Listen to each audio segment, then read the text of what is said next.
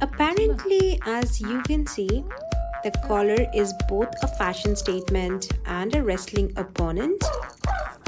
Simba puts it on and then immediately he tries to take it off, like every human who's ever worn his skinny jeans. And you know what? There's a cat logic behind it.